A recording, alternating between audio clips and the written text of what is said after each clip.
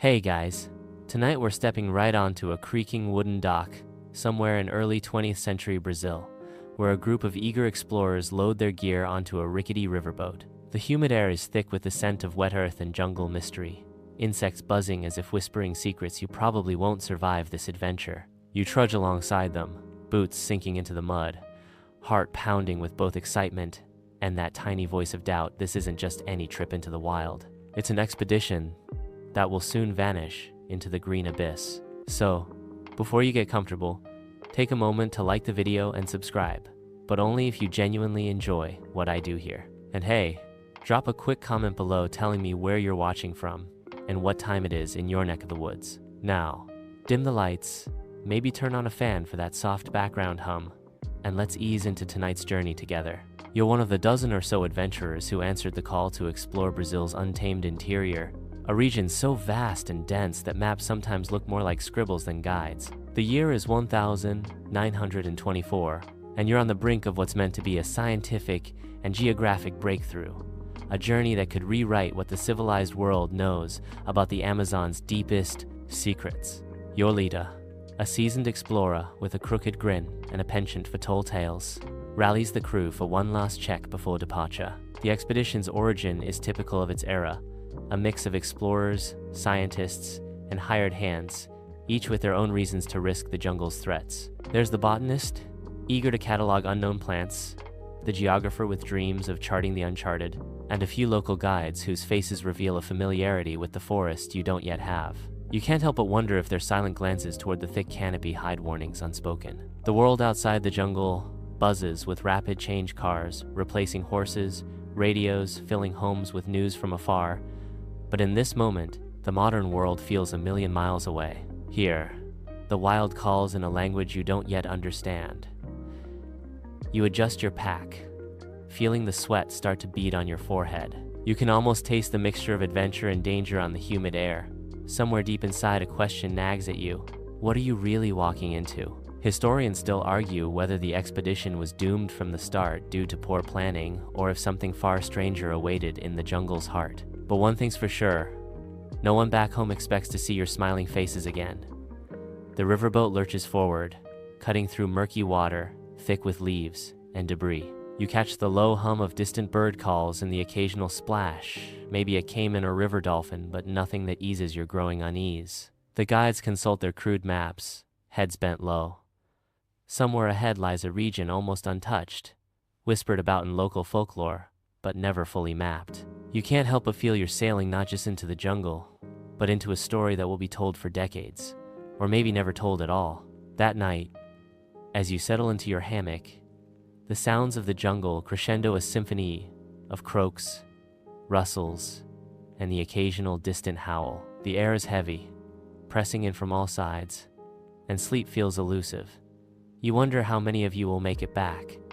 Maybe just the stars will know. The dawn breaks thick and sticky, sunlight struggling through the dense canopy overhead as you trudge deeper into the Amazon wilderness. The air is alive with a chorus of birdsong and the distant roar of unseen waterfalls. But beneath that beauty lies something far less inviting. A relentless assault of buzzing insects, biting ants, and a humidity so intense it feels like you're wading through soup. Your boots sink into the damp earth, each step heavy with the knowledge that you're leaving the familiar world behind. You lean on your walking stick, catching a glimpse of the winding river you just left behind, its brown waters, now obscured by the endless green. Every breath you take tastes of wet leaves and decay, the jungle's overwhelming presence wrapping around you like a living, breathing beast. Your guides move ahead confidently, machetes slicing through thick vines as if they were paper, but you know better. This place is ancient, and it holds secrets buried beneath centuries of moss and shadow. The camp you set up that first afternoon is a jumble of tents, cooking pots, and tired bodies. The explorers, some panting and dripping sweat, share nervous glances. The botanist pulls out a curious orchid with petals so vibrant they seem almost unreal, while the geographer consults a battered compass and mutters about the unreliability of their charts. You can't help but smile at their frustration. There's no GPS out here, just raw instincts and hope. It's during this time you notice something oddly out of place. The sheer silence that falls suddenly each time a twig snaps or a bird calls out. It's as if the jungle itself is holding its breath, watching your every move. One of the guides, an older man with weathered skin and eyes sharp as a hawk, tells you a local legend about spirits who protect the forest from outsiders and the price those who ignore warnings pay. You file it under creepy campfire stories for now, but a chill runs down your spine nonetheless. You start to observe the signs of this place's power. Giant buttress roots stretching like giant fingers from the ground, mysterious fungi glowing faintly at night, and insects the size of your hand that look like they crawled out of a science fiction novel. The botanist's excitement grows each day as new species come into view, yet even he can't shake the sense that the jungle has a way of swallowing things whole, whether plants, animals, or people. There's also the heat, of course, unrelenting and unforgiving.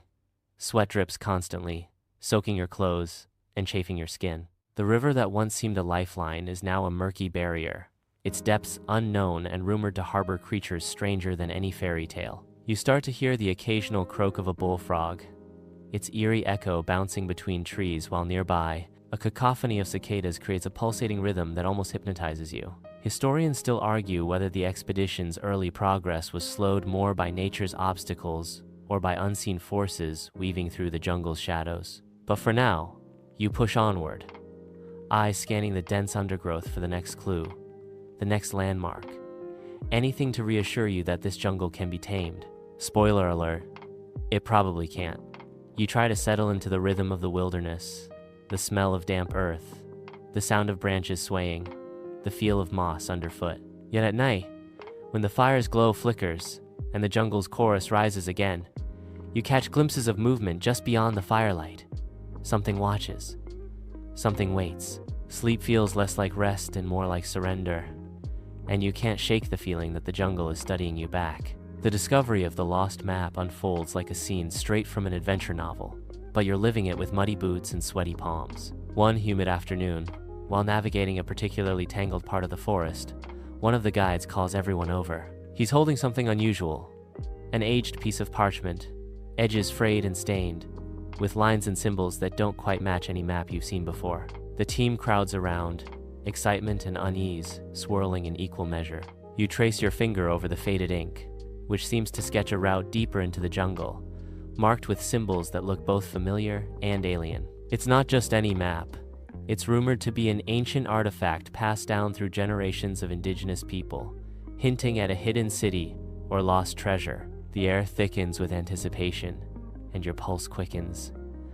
This could be the breakthrough that justifies all the hardship, the sleepless nights, and the ever-present gnats. Yet, the map also carries a sense of foreboding. Some markings resemble warnings, strange sigils that the botanist jokingly calls jungle graffiti, while the geographer insists they're more than that. You overhear the leader mumble about paths that should not be walked, making you wonder if his bravado is just a mask for deeper fears. The older guide warns in a hushed tone about cursed trails and those who never return.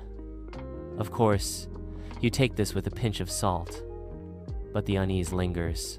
As the team debates whether to follow the map's mysterious route, you notice how quickly it shifts the group's mood. Some are eager, eyes gleaming with dreams of discovery, while others, especially the local guides, grow silent and withdrawn. The botanist pores over the parchment, speculating about ancient cultures lost to time, while the geographer tries to reconcile the map's landmarks with their own incomplete charts. Historians still argue whether this map is an authentic relic or an elaborate hoax meant to lure adventurers into danger. Despite the conflicting opinions, the decision is made. You will follow the map. Each step feels heavier, like you're crossing an invisible boundary between the known and the unknowable. The forest seems to grow darker, the canopy thickening, shadows creeping in. Strange noises echo distant drums, the chatter of unseen creatures. Your imagination runs wild, fueled by tired minds and restless nights. The map's path leads you past trees marked with carvings you hadn't noticed before, curved lines, dots, and mysterious figures that seem almost ritualistic. The team stops to photograph and copy them, trying to decipher their meaning, but the symbols refuse to give up their secrets easily. One of the guides suggests these could be warnings left by previous travelers, but no one really wants to admit how unsettling that idea is. By evening, the forest's atmosphere has shifted from curious to hostile. The usual symphony of birdsong fades, replaced by an oppressive silence that presses against your ears. You glance at your companions. The confident smiles from days before are now replaced by tight lips and quick glances over shoulders. The botanist nervously adjusts his glasses, the geographer checks his compass again, and the leader's usual swagger is replaced by quiet determination. You pull your jacket tighter against the sudden chill, wondering if the map was a gift or a curse. As night falls, and you set up camp beneath towering trees, the glow of the fire casts long shadows that dance eerily around you. You can't help but feel the forest is watching, waiting to see what you'll do next. It's the kind of moment that settles deep in your bones, the point of no return. As you press onward, the jungle begins to reveal strange symbols carved into tree trunks, as if the forest itself is trying to communicate or warn you. You run your fingers over these cryptic markings, wondering whether they're the work of indigenous tribes, ancient explorers, or something altogether stranger. Each symbol varies. Some look like spirals, others resemble humanoid figures, and a few seem to be a form of writing you can't begin to decipher.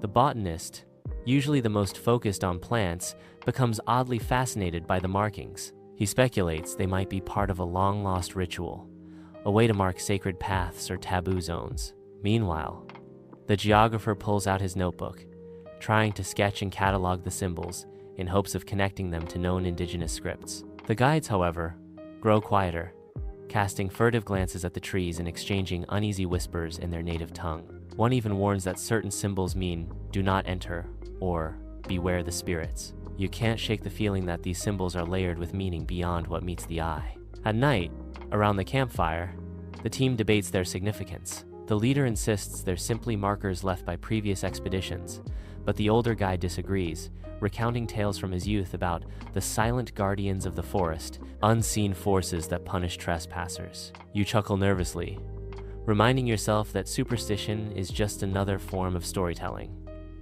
Yet the jungle keeps nudging your doubts. On one occasion, you find a tree marked with a symbol resembling a jaguar's paw, an animal revered and feared in local lore. That night, the distant growls of a big cat echo close by, and sleep feels a little less peaceful. The botanist jokes about jungle mood lighting, but you wonder if there's something more primal at play. Historians still argue whether these symbols were intended as protective signs or traps for the unwary. Some say they represent an ancient code used by vanished civilizations to navigate or claim territory, while others suspect natural processes created them over centuries. Whatever their origin, the impact is undeniable. The markings deepen the expedition's unease, a subtle shift from curiosity to caution. Your own fingers trace a spiral etched deep into bark, and you swear it pulses faintly under your touch, as if alive. The forest isn't just a backdrop anymore, it's an active character in this story, watching, waiting, shaping your journey. Remember that strange humming you noticed last night? The one that sounded like wind passing through a metal pipe but came from nowhere? Some say it's just the jungle's way of sounding eerie. Others whisper about the presence of ancient machinery, lost to time. You push that thought away for now, focusing on the path ahead, but you can't help wondering what else lies hidden in the shadows. It starts small, missing food packets, a mysteriously empty canteen, a few tools gone astray. At first, you chalk it up to the usual jungle chaos, misplaced gear, clumsy mistakes, or maybe an overly curious monkey or two. But as the days crawl by, the losses grow harder to explain. Provisions vanish overnight, ropes disappear from tents, and even the leader's carefully stored compass seems to have walked off on its own. The atmosphere tightens like a noose, and you begin to wonder if something or someone is playing a game with your sanity. You and your companions set traps and keep watches, but the culprits evade capture. One morning, the botanist wakes to find his precious plant samples smashed, petals scattered across the muddy floor like a silent warning. Whispers spread that the jungle itself might be reclaiming what you brought in. You can't tell if it's nature, a prank by an unseen hand, or something darker lurking just beyond your sight. The guides grow nervous, exchanging stories of invisible thieves said to haunt certain parts of the forest. One insists they once saw shadows darting between trees that left no footprints, while another claims to have heard footsteps circling their camp at night, soft, deliberate, and impossible to catch. You find yourself glancing over your shoulder more often, the comfortable trust between teammates fraying like old rope. A peculiar, almost comical moment breaks the tension when the expedition's cook accuses a particularly scrappy capuchin monkey of orchestrating the thefts. The group bursts into reluctant laughter, but it only momentarily masks the creeping anxiety. After all, some of the missing items were far too large or heavy for a monkey to carry off. Historians still argue whether these disappearances were simple acts of wildlife mischief or evidence of a far more mysterious force at play. Some speculate that local tribes might have taken offense at the intrusion, subtly sabotaging the expedition to protect their secrets. Others suggest the jungle's ecosystem somehow absorbs foreign objects, rendering them lost in a way we don't yet understand. You try to rationalize it all, focusing on your next steps rather than the growing list of vanished supplies. But when the leader's favorite knife disappears, one with sentimental value, you can see the tension reach a new peak. It's not just about food or tools anymore. It's about control, trust, and survival. The night after that, you're jolted awake by rustling near the tents, shadows moving just beyond the firelight. You catch a glimpse of a figure, or maybe a trick of your tired mind before silence falls again. You lie awake, heart hammering, wondering how many of you will last. Remember those strange symbols from earlier? Could they be warnings to turn back? Or signs that someone or something is watching your every move? You don't even see it coming. One moment, the group is gathered by the riverbank, discussing the next leg of the journey. The next, one of your fellow explorers simply vanishes. No screams, no struggle, just gone.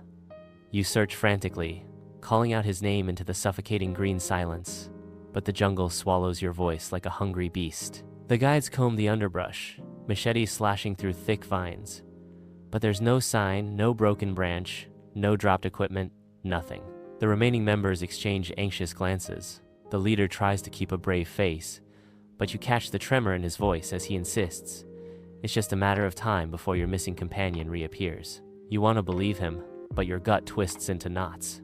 A chill that has nothing to do with the humid air runs down your spine. Stories begin to circulate among the group, whispers of the forest's hunger, and spirits that claim those who stray too far. The older guide recounts a tale from his childhood about a hunter who disappeared after crossing a certain clearing, never to be seen again. You brush it off as folklore, but the creeping dread settles in.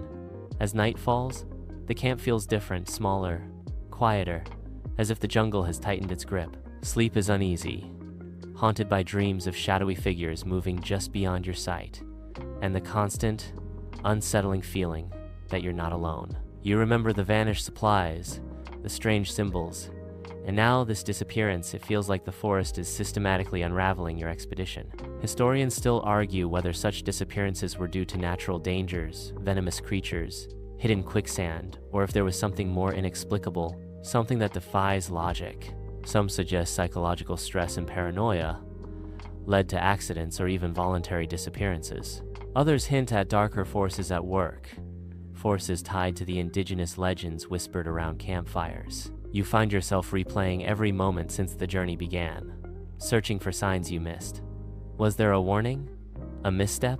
The jungle, indifferent and eternal, offers no answers. You clutch your gear tighter, eyes darting into the shadows, wondering who will be next. The jungle stories slip through the camp like a restless breeze, carried on whispers and hushed conversations that you can't quite ignore. Around the flickering firelight, your guides share chilling tales handed down through generations, legends of vengeful spirits, shape-shifting creatures, and guardians who protect the forest from outsiders. Each story feels like a thread, weaving tension tighter around your group. One tale that sticks with you tells of the Curupira, a forest spirit with fiery red hair and backward feet, said to confuse and mislead travelers who disrespect the land. The guides warn that those who venture too far without reverence may never return, their fates sealed by the Curupira's wrath. You listen, half skeptical, half unnerved, as shadows dance beyond the fire. The botanist scoffs quietly, calling these stories charming folklore. But even he seems quieter lately, eyes flicking nervously toward the darkness. You note how the older guide, who once seemed stoic, now avoids certain parts of the camp, as if afraid of what lurks unseen. The leader insists the jungle's perils are purely physical, but you catch the doubt in his voice. Each legend adds another layer to the growing unease, blurring the line between myth and reality. You try to focus on tangible dangers, wild animals, poisonous plants, but the stories burrow deeper, seeding doubt in your mind. Could these tales be based on real experiences, or are they warnings meant to keep outsiders away? Historians still argue whether such indigenous legends influenced explorers' fates, or were later inventions to explain tragic disappearances. Some researchers believe these stories were rooted in cautionary truths about the jungle's hazards, while others suggest they grew from fear and misunderstanding between cultures. Regardless, the legends are now part of your reality. That night, as the fire dies down, you hear rustling in the undergrowth. A low guttural sound drifts through the trees, neither animal nor human, but something in between. Your heart races, and you wonder if the forest guardians have finally taken notice of your presence. Remember the vanished supplies and the strange symbols? Now add whispered legends and unseen watchers. The jungle's tapestry is growing more complex, and you're caught in its weave. Suddenly, the expedition's carefully maintained rhythm falters as an inexplicable illness begins to spread through the group. It starts with a mild headache, then fever, muscle aches, and a strange, almost delirious confusion that leaves even the toughest guides staggering. You feel it too, a creeping weakness that saps your strength but defies any clear cause. The jungle's heat, humidity, and constant exertion might explain some fatigue, but this feels different, like something invisible is invading from within. The camp's makeshift infirmary becomes a grim scene of whispered fears and tentative remedies. The botanist, despite his vast knowledge, frowns over herbal concoctions that seem to do little good. He mutters about diseases native to the Amazon that outsiders aren't prepared for, viruses carried by insects, bacteria lurking in the water, and toxins hidden in plants. You watch as the group's morale sinks alongside their energy, each new case deepening the shadow over your journey. Adding to the mystery, some symptoms don't align with known illnesses. A few suffer strange skin rashes that shimmer faintly in moonlight. Others report vivid hallucinations of shadowy figures beckoning from the trees. Sleep becomes a restless escape, haunted by dreams that blur the line between reality and nightmare. The leader's voice grows weary, his commands less certain as he struggles to maintain order. The older guide speaks in hushed tones about the forest's curse, a phrase you want to dismiss but can't fully shake. He recalls an old tribal warning about a sickness brought by disrespect or trespass, a malady that can claim a soul if left untreated. You're torn between science and superstition, but the eerie symptoms and rapid spread suggest something beyond simple jungle fever. Historians still argue whether this mysterious illness was a natural tropical disease, exacerbated by poor hygiene and stress, or something more supernatural, an invisible force punishing the expedition's intrusion. Some scholars speculate that psychological strain triggered mass hysteria, while others believe toxic plants or insects released rare neurotoxins. You clutch a damp cloth to your forehead, feeling the fevers rise and fall. The jungle feels alive, not just with creatures, but with a pulse of unseen menace, each heartbeat echoing the fragile thread between survival and surrender. Remember the vanished supplies, the strange symbols, and the legends? Now add sickness that blurs reality itself. The jungle's grip tightens, and you're caught deeper than ever. Just when you think the jungle has shown all its cards, the expedition stumbles upon something entirely unexpected, a hidden village, cloaked by thick foliage and silence. It appears like a mirage, small huts woven from palm leaves, smoke curling lazily from a single chimney, and signs of life frozen in time. Your heart races as you approach, senses sharp, every step echoing loudly in the stillness. The inhabitants are unlike any you expected, pale-skinned, with eyes that gleam unnervingly in the dim light, their faces calm but unreadable. They watch your approach silently, motionless as statues carved from wood and shadow. The botanist whispers about genetic anomalies or isolated tribes, but even he seems unsettled. You notice that the village has no footprints leading away, no signs of trade or contact with the outside world. It's a ghost town, yet undeniably alive. At the campfire that night, the leader speculates this might be descendants of early European explorers, lost to history and time, preserved in the jungle's embrace. Others suggest the village could be a hidden refuge for indigenous people guarding their secrets fiercely. The guides remain tight-lipped, exchanging furtive glances, unwilling to share everything they know. You get the sense that some knowledge is meant to stay buried. You explore cautiously, feeling eyes watching from the shadows. Strange rituals seem to mark the village, stones arranged in unfamiliar patterns, plants grown in deliberate shapes, and symbols reminiscent of the carvings you saw earlier.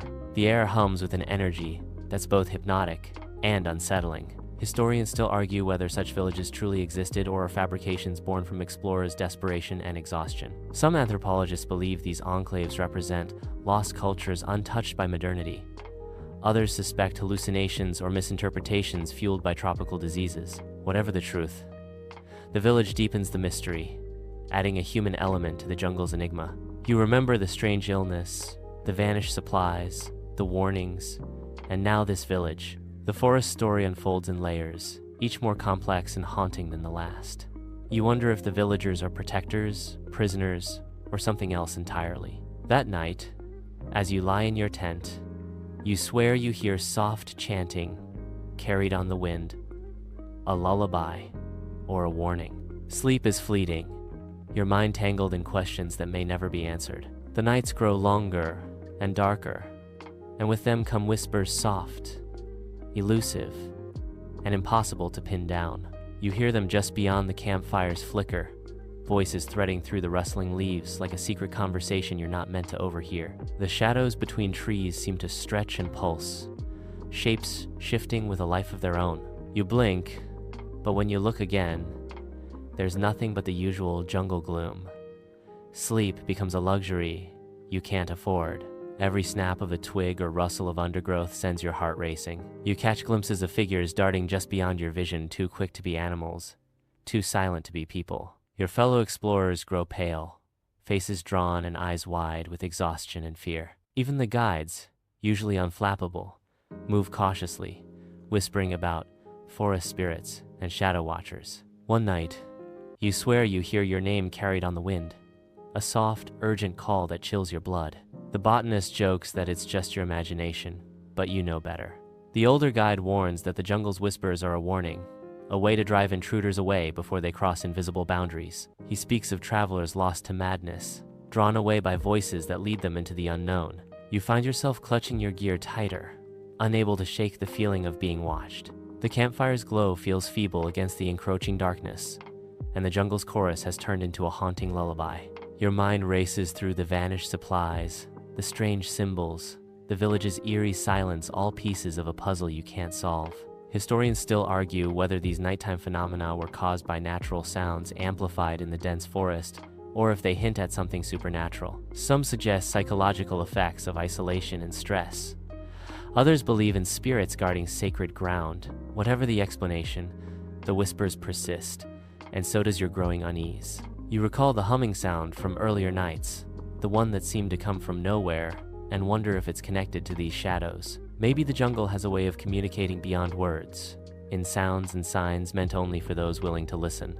As you lie awake, the boundary between dream and reality blurs, and you wonder if you're still in the jungle or somewhere far stranger. Tension thickens like the jungle humidity, seeping into every corner of the camp as disagreements bubble to the surface.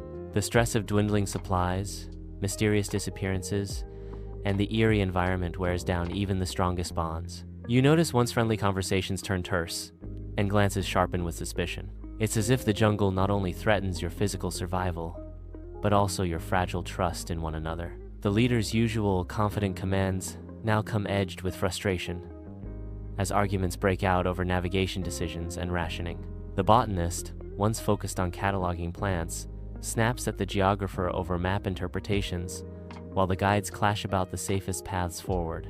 You find yourself caught in the middle, trying to mediate but feeling the strain of isolation and fear tugging at everyone. Small incidents escalate quickly. A misplaced tool blamed on another, a harsh word over a shared ration, and whispered accusations of sabotage. The campfire conversations grow quieter, and you notice some members withdrawing into themselves, staring off into the dense trees, as if searching for an escape. Sleep becomes even more elusive, replaced by restless nights filled with dreams of betrayal and loss. In a rare moment of levity, the cook jokes about the jungle playing mind games, but even his laughter feels forced. You remember the vanished supplies and wonder if some among you are taking advantage of the chaos, or if paranoia is simply twisting your perceptions. The group's unity phrase, making the expedition's survival all the more precarious, Historians still argue whether internal conflicts hasten the downfall of expeditions like this one, or if external forces played a larger role. Some accounts suggest that isolation and stress created a psychological pressure cooker, leading to breakdowns and tragic decisions. Others propose that unseen dangers lurking in the jungle exploited these cracks in human resilience. You clutch your belongings tightly, sensing that the expedition's greatest threat may not be the forest itself, but the unraveling of the people within it. The jungle waits patiently, indifferent to your struggles, watching as alliances shift and hope dwindles. Remember those nighttime whispers? Now add the sharp sting of distrust and fear. The forest's grip tightens in more ways than one. You reach the edge of a wide, rushing river, its waters dark and swirling with unseen currents that seem almost alive. Crossing it is no small feat. The makeshift rafts and shaky bridges you find look barely sturdy enough to hold one person, let alone your weary group. The river feels like a boundary between the known and the unknown, a natural gatekeeper, challenging your passage deeper into the jungle's heart. The leader takes charge, organizing the crossing with military precision, but you can sense the underlying fear. The river's roar drowns out voices, and every step on the unstable planks feels like a gamble with fate. The botanist clutches his samples tightly, while the geographer checks the makeshift raft's knots repeatedly, muttering about currents and tides beyond anyone's understanding. As you inch across, the water splashes close enough to soak your boots, and you notice strange debris caught in the flow-twisted roots, shattered pottery, even what looks like old bones.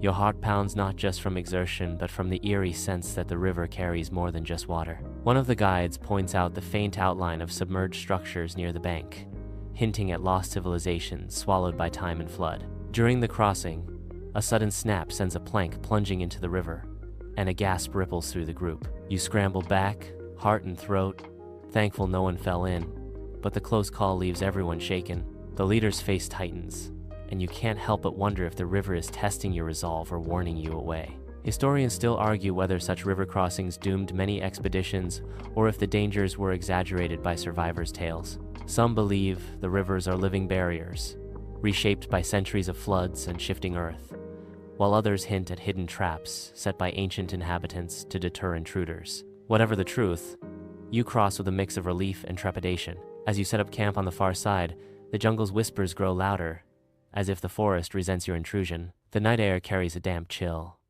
and you notice your companion's eyes scanning the darkness more often.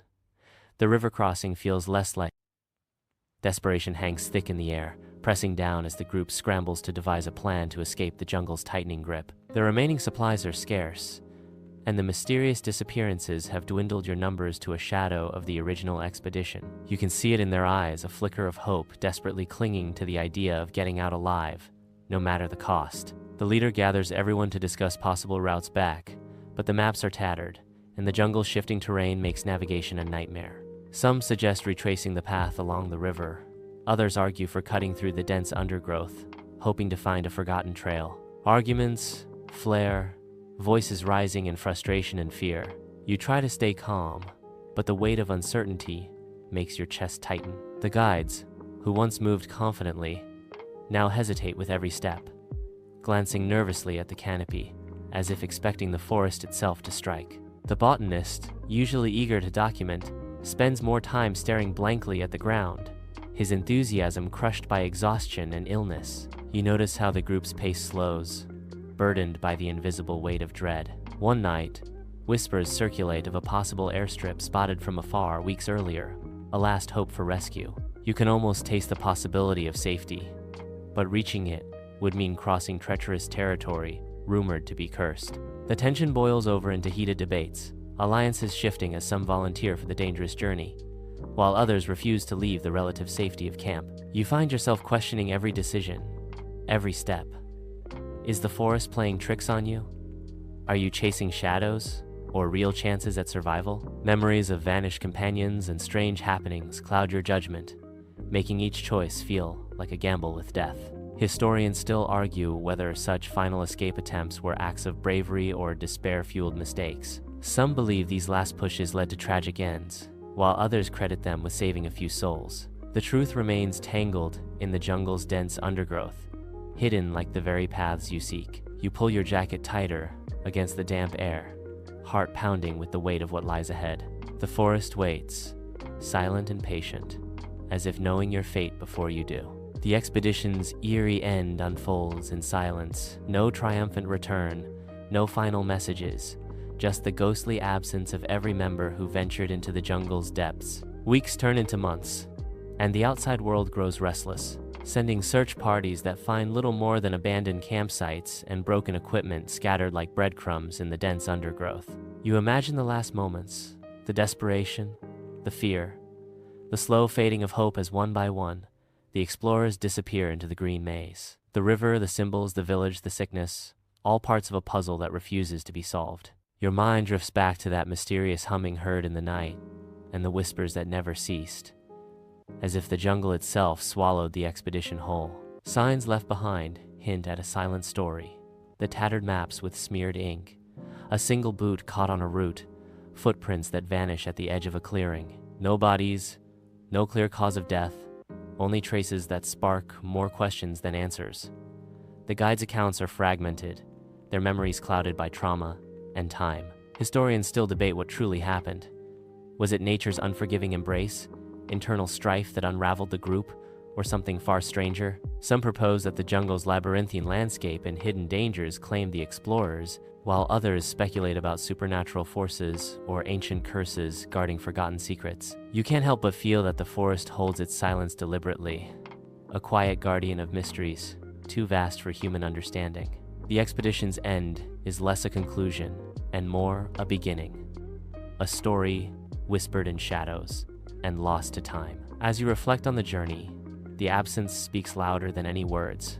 The jungle keeps its secrets well, and you wonder if they'll ever be unearthed. The jungle has claimed its story, but your mind drifts through the tangled threads, left behind questions that will never quite be answered. You lie back, the night sounds lulling you, and slowly, the chaos of the expedition begins to fade into a soft haze. The vanished explorers become shadows against the endless green, their fates entwined with the forest's secrets. You feel the damp earth beneath you, smell the rich decay of leaves, and hear the gentle drip of distant rain, a rhythm both soothing and eternal. The weight of fear and mystery softens, replaced by a quiet understanding that some stories are meant to live between the lines of history, whispered in the rustling leaves. In this fading light, the jungle no longer feels hostile, but enigmatic, a vast living puzzle that challenges human curiosity and humility. You think about the vanished supplies, the strange symbols, the ghostly village, the illness, and the shadows, all parts of a grand design that remains just out of reach.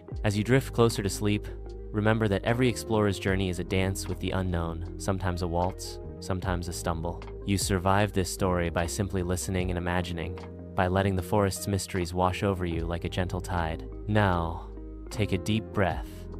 Let the whispers fade, the shadows soften, and the hum of the jungle lull you into peaceful rest. Tomorrow is another day, another story waiting in the wings. Sweet dreams. End of script. Sweet dreams.